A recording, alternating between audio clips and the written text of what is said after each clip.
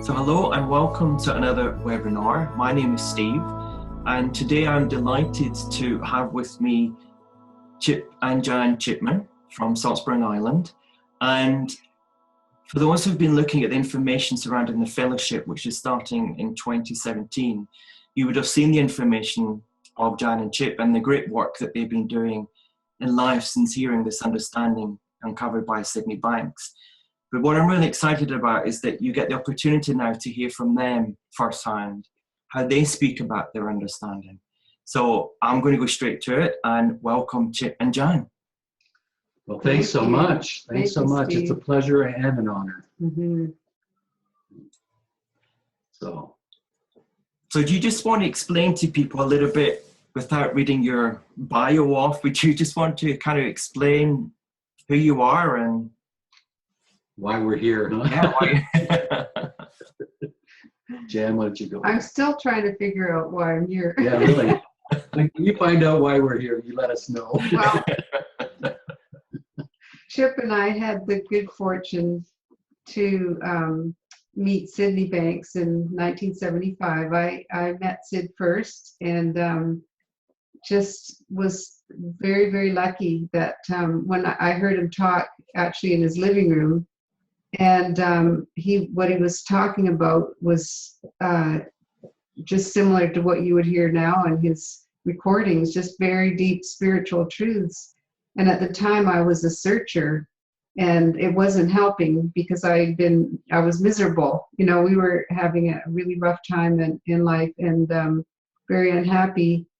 But for some reason my search stopped that day because I realized that everything I needed I had already inside me, and it was the first time I'd ever really kind of had that experience of understanding what the wise teachers were all trying to say is you have to find wisdom in yourself. And so that day I realized that I've met this person who sounds, you know, very wise, and he's saying all these wise things, but unless that was in me already, I wouldn't be hearing that. So that was the day that my whole life turned around, and I just found all the safety and the wisdom and the love inside me, and in turn it repaired my life. And so that was the beginning for me. And yeah, and of course the beginning for me was the day Jan came home after accidentally meeting Sid. And you know, quite honestly, for those that don't know us, I'll just say that my response to what Jan was trying to tell me about what this man was saying in very simple terms was very negative. Because I always thought, we had been searchers, as Jan said, and I always thought there was some body of knowledge that you had to grasp to find happiness or to find enlightenment or whatever you want to call it. And we had searched through psychology, through Buddhism and Zen. We'd searched in many, many ways, but in all of those searches, at the heart of those searches was effort and the feeling that something was wrong and that there had to be something that you would find, a body of knowledge, a way of thinking that would change all of that. So when Jan came home and just made some simple statements, and one of which I recall was, we really don't have any problems. It's just in how we're thinking about them, more or less. And I'm like, you have to be kidding me. Because we were at the time, we've been married for 47 years now, but at that time, we've been married 6 or 7 years, right? And we were going to divorce. And we were already at that point where, without divorce, our relationship was over. We couldn't speak to each other without getting upset. And so when Jan came home with this very simple few statements about, we're okay, it's all on the inside, it's just our thinking, I really totally rejected that, right? But one thing I've been talking about lately in our work is how this understanding goes out into the world. And it's part of what I came to see in those very beginning days, because intellectually, I just rejected this totally. I rejected the principles, I rejected Sydney Banks. You know, how could a guy with no education, no studying with any masters or anything, how could he see these things? You know, I had my idea of what an enlightened or spiritual person would be and would look like and would act like, and Sid was none of those. you know. Hmm. So what happened for me, and I'm going to keep it short, was as much as I rejected what I heard in words from Jan, you know, and what I heard in words from her was not a body of knowledge that I could learn and grasp and say, oh yeah, that's it. I just heard these really simple statements, but what got me is that there was a change in her, which at first I dismissed as, you know, maybe she's met some charismatic person and she's, you know, feeling good about it. But I came to see after a few weeks, to be honest, that there was a permanent change. And that change was really deep. And it was very, very confusing for me because I knew of no effort that Jan had made to achieve that change. I knew of no, I mean, she'd only talked to this guy for like 20 minutes. And yet there was this change. Like, how could you acquire a body of knowledge that could allow you to change in 20 minutes? You know, a few statements. And so I became very confused by that. It upset my world. It confused me profoundly and upset me. But after a while of just seeing this change in Jan and beginning to realize that she was growing, then that confusion changed to curiosity.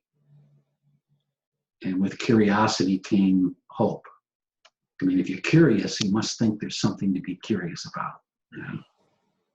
And so I started listening. And the first thing I really think I heard from Sid, I mean, I heard from Jan and our friends, I heard something before that, and I began to accept that something was going on here, you know, something that I couldn't understand. Right? But then I heard Sid say something to the effect of, all insecurity is an illusion created by thought. And that really got my attention, even just on an intellectual level to begin with. It got my attention. Like, I remember thinking, if that was only partially true, my entire life would be different. Because as messed up as I was, and as much as my expression of where I was at came out in aggression, anger, upset, depression, at the heart of it, I knew it was insecurity.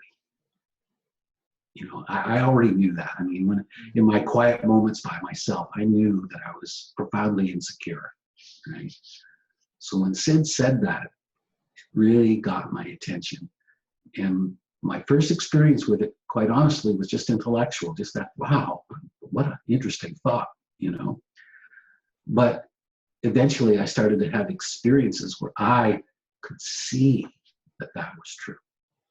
I could see that was absolutely true, that there were circumstances I would be in that I could clearly see there was no reason, no logical reason even for insecurity, and yet I was insecure. And then just one day I just had a little glimpse of this lovely feeling of what it would be like to live without that insecurity. I felt my chest come loose. You know, I felt a settling. I felt this peace. I didn't understand it.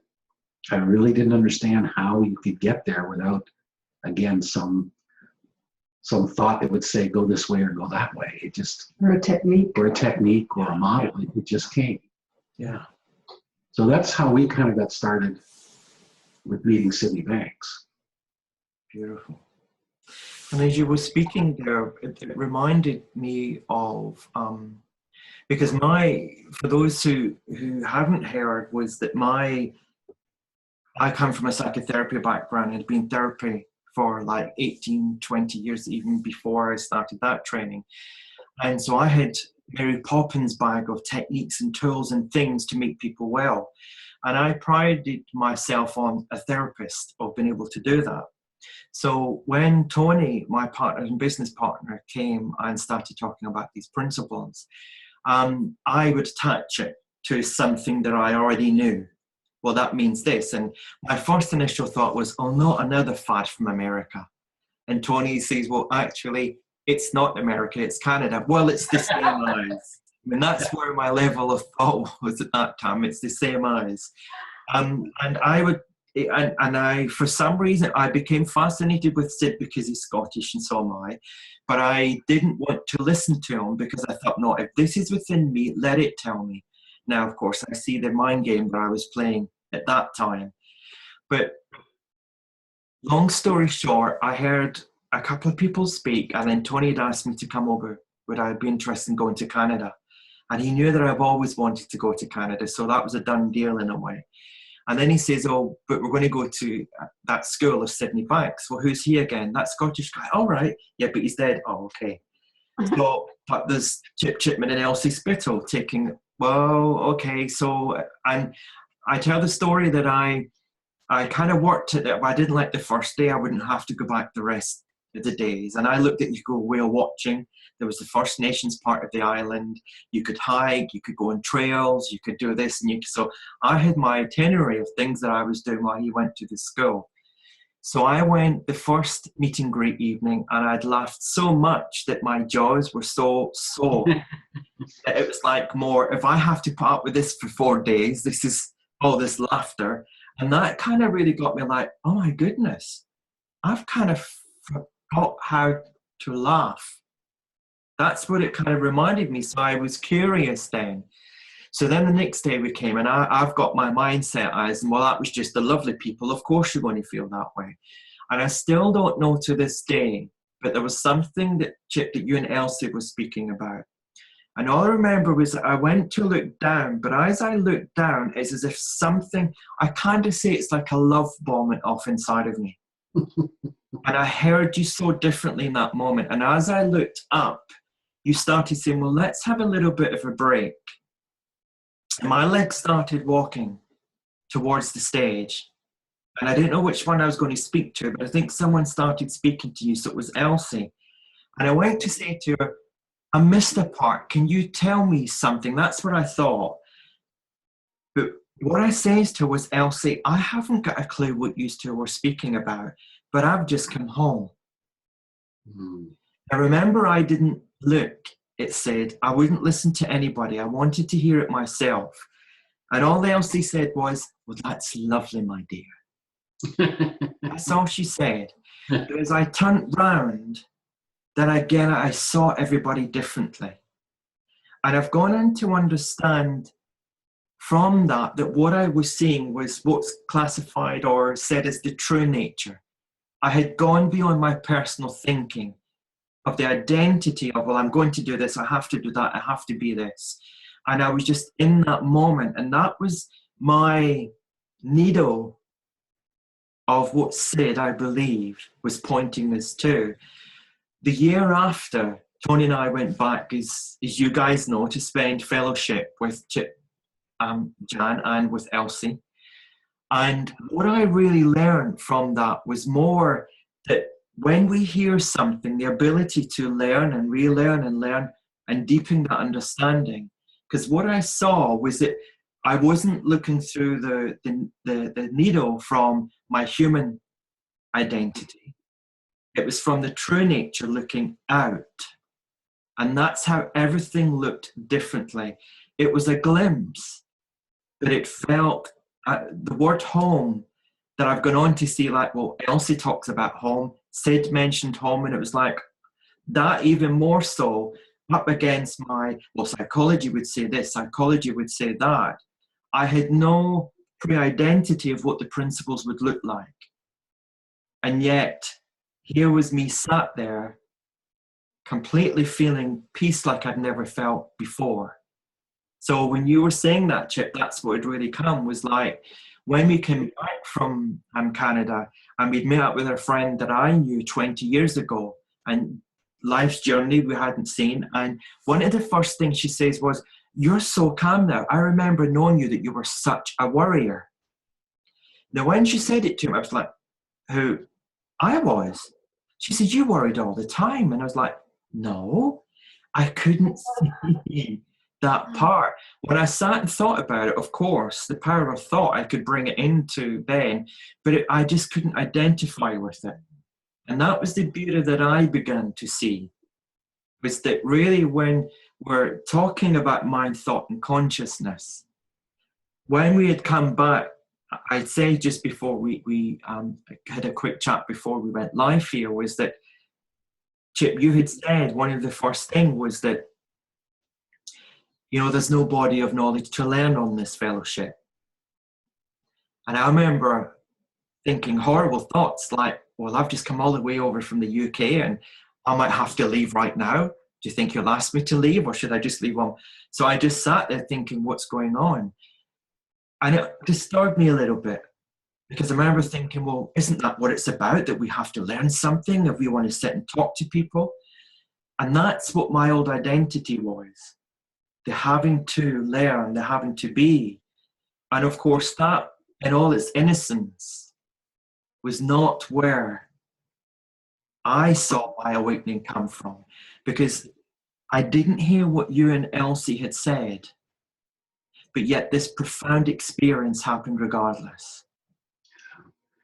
That's a nice way to put it, because the real difference with understanding as opposed to intellectual learning is that exactly there isn't a body of knowledge to take in and grasp and operate from. There's a land of knowledge that when we're quiet enough, we just land in, and we look back at the reality that we've been living in and working in. And from that land of knowledge, which we don't own personally, it's not the property of Chip Chipman or Steve or Jan or even Cindy Banks. But we end up in that land of knowledge, and we look back at our life and we see all the things we wondered about from a completely new understanding, right? And it's that seeing from that new understanding that allows us to just to play the game of life in a much better way, with understanding. I mean, lately I've really enjoyed thinking about the word understanding. Like, what does that mean? Like you could read forever about things and still not have understanding. You could take in an enormous body of knowledge and still not have understanding. I think back honestly to a friend of mine who had a double PhD. He was a brilliant guy, but his life was a total mess. Now, what that tells me is, with his vast intellect, he had no understanding. So what Sid brought to the world was a way of looking at life where if you just got quiet and you just listened, particularly to somebody who's speaking from that land of knowledge, who's had that experience of having just their personality stripped away and just being who they are on the inside, that's that feeling we experience. There's no way to really describe it. It's like there's no way to put a name on what that is. I mean, we use words like I use land of knowledge. Some people might say God, but none of that describes it. It can only be experienced. And through a feeling. Through a feeling, absolutely. And that's the biggest thing, the very heart of everything that I learned from that first day when I met Sid was, like you, Steve, I hadn't realized, I'd forgotten how to laugh. I'd forgotten that beautiful feeling. And I was innocently trying to get it back through all these techniques and worrying and trying to worry myself back into happiness, which is such a bizarre thing. But for some reason that feeling just snuck up on me when I heard Sid that day, because for the first time, as I listened to him, my mind got quiet.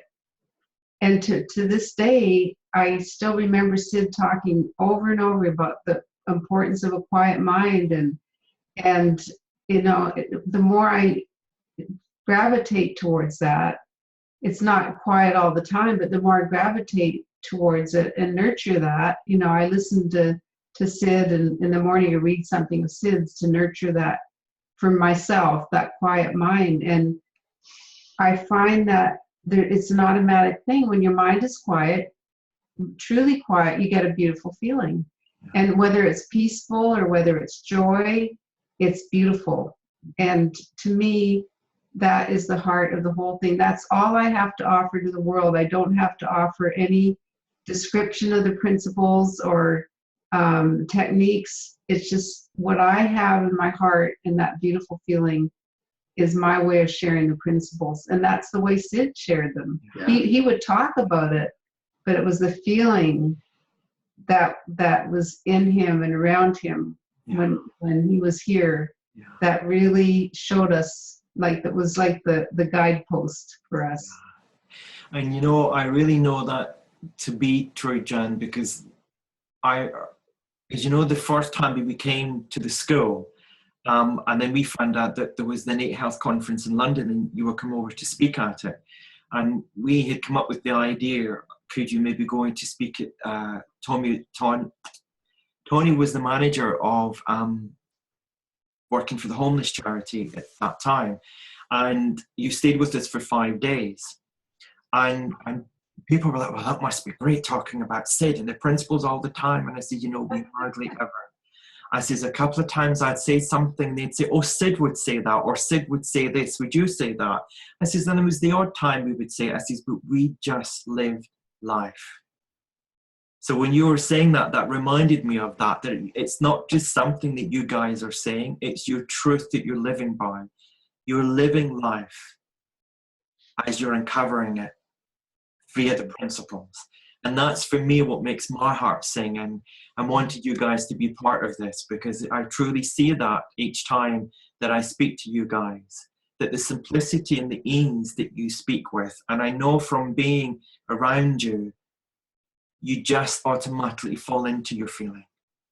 So on the retreat parts that we're doing, that's what I really want to be bringing into this fellowship, is where, rather than just talking about that once you experience, like Warad says, that needle, once you experience that it comes from behind life, the true nature is behind life, yet it's what brings us life into the form, then you're hearing truly what Sydney Banks is pointing us to for yourself. Then you can point yourself in any direction. But most of all, the gift that I found on Salt Spring Island that time was the Steve Adair that I had forgotten. And the amount of time with every breath that I get that experience given to me again via these three principles. And the great thing about that is that's so for everyone. And there's no technique to sort out. There is no program that you have to go on. It's the uncluttering or the letting go without having to let go of who we perceive yourself to be. I know that there's that awakening. Mm-hmm. For me, time and time again. So when we were putting this fellowship together, that's what I thought would be really beautiful, to give people that experience. And also, when we get together in the name of love, for want of a better word, mm-hmm. That's inviting. So when we create that space, then of course we don't have to have the group setting, but there is something so inviting that I think we've lost that art of simple communication, and we're talking to one another to, oh yeah, but, and. So when I'm listening to you speak, I can respond by saying this, where we realize that when we're listening, it's not to respond. Mm-hmm. And that's what I want to cover on the retreats that we do also, is that ability to sit in front of anyone, from a CEO down to someone who's street homeless, someone who's in prison, someone who's working in businesses or whatever, that when you understand that nature, it's alive every second within you, that you can point that through these eyes. I always say these eyes of Steve Adair need these to help. But the eyes within, from the soul, it looks out into the world, doesn't. And that's the magnificence of that. It's amazing how as time goes by, we learn that less is more, you know. Mm-hmm. Yeah. Like, it's such an old saying, you know, but yeah. I just notice as time goes by that people are looking for that feeling. So there's very little to say except for some very basic truths and to speak from a feeling, you know. And the more we trust that, the better. Like sometimes at our school, people think, well, the sessions are kind of short, you know, like an hour and a half at the most, maybe sometimes only 45 minutes. But we're looking for people to have their own experience. We're not looking to convince them of anything, you know. I remember early on when I first started working with business and so on, Sid was visiting and he asked me how it was going. So I started talking and I couldn't stop. I was just, you know, telling about I said this and I did that and talking about my conversations with people. And at first I was excited to tell him, but then I noticed that he wasn't really, it looked like he was zoning out. I went, oops. So I just quieted down and we forgot about all that and we just had a really nice visit. Well, 2 days later, I got a postcard in the mail from Sid. Now, this had never happened. A physical postcard in the mail from Sid. And I thought, oh my God, what's this? Is something wrong or whatever, you know? So I opened the envelope and took it out and there was a picture of a monkey on the front with his hand over his mouth. And I went, oh, and I opened it up and it said, say as little as possible and people will know that you're wise. And so it really zapped me because I was reminded that there really is nothing to grasp intellectually. And it's not that the intellect's the enemy. Right. As a matter of fact, when we find more quiet and more peace of mind, the intellect actually becomes what it's meant to be. It becomes our tool rather than our ruler, right? Yeah. Rather than some world we have to live within. And so, you know, with the fellowship and with everything we try and do, as we settle down, we say less, we just really enjoy the company of the people that we're with and listen for their wisdom, you know, for what's coming out of them. In that simplicity, they have an experience, and it's the experience. Because like you were saying, you could think about the true self forever. You could try and analyze what it is and how you get to it and if it really exists and so on and so forth. The only way you can know the true self is to experience it. And the only way you can experience it is in a beautiful feeling, because that's what it is. You know, you can only know the true self through experience. You can't think your way into it, no matter what, you know. And it's just I love when we start with a group, like, and I know you know this from your own experience, and you look out at the faces on the first day, and you know, there's some people that are really enjoying themselves. Some people you can see are kind of deep in thought. Occasionally you see people who are kind of disturbed about what they're hearing or whatever. And a couple of days later, people come in the morning and you look across at the faces and you go, oh my God, it's like a totally different group of people. And through time, we've come to realize it in a strange way. It has nothing to do with what we said when we were talking. Their faces are different because at some point they got quiet. At some point they gave up trying to figure it out. At some point the analysis stopped. At some point they were just in their true self, just home. And that's the face that appears. You know, it's like, if that's who you address, eventually that's who will speak back. Wow. Well, I think that's such a beautiful place to bring this. I could listen to you guys all night. I truly could. It's just incredible to, and I'm so excited and delighted because I know the fellowship we did in the UK at the beginning of the year, you guys were mentors with us then as well. And that was such an incredible experience. And I'm so looking forward to people who are joining us in this fellowship, having that opportunity to spend even more and just handing it over to you guys and seeing where we go in that moment. And the greatness for me is I know that there's still that learning opportunity for us all. Oh yeah, all of us. We're all in kindergarten. I love that. And that land of knowledge, I really heard that. That's such an incredible way to look at life. So for those who are interested, again, you'll see the information at the bottom coming up on as I'm speaking here. Please check out the website. If you have any questions, please get in contact with me, and I'll happily chat them through with you. But until then, thank you again, Chip and Jan, for joining me. Thank you, Steve. That was really a pleasure, Steve. Thank you. You're welcome. And we look forward to talking to you soon. Take care. Bye-bye. Bye. Bye-bye.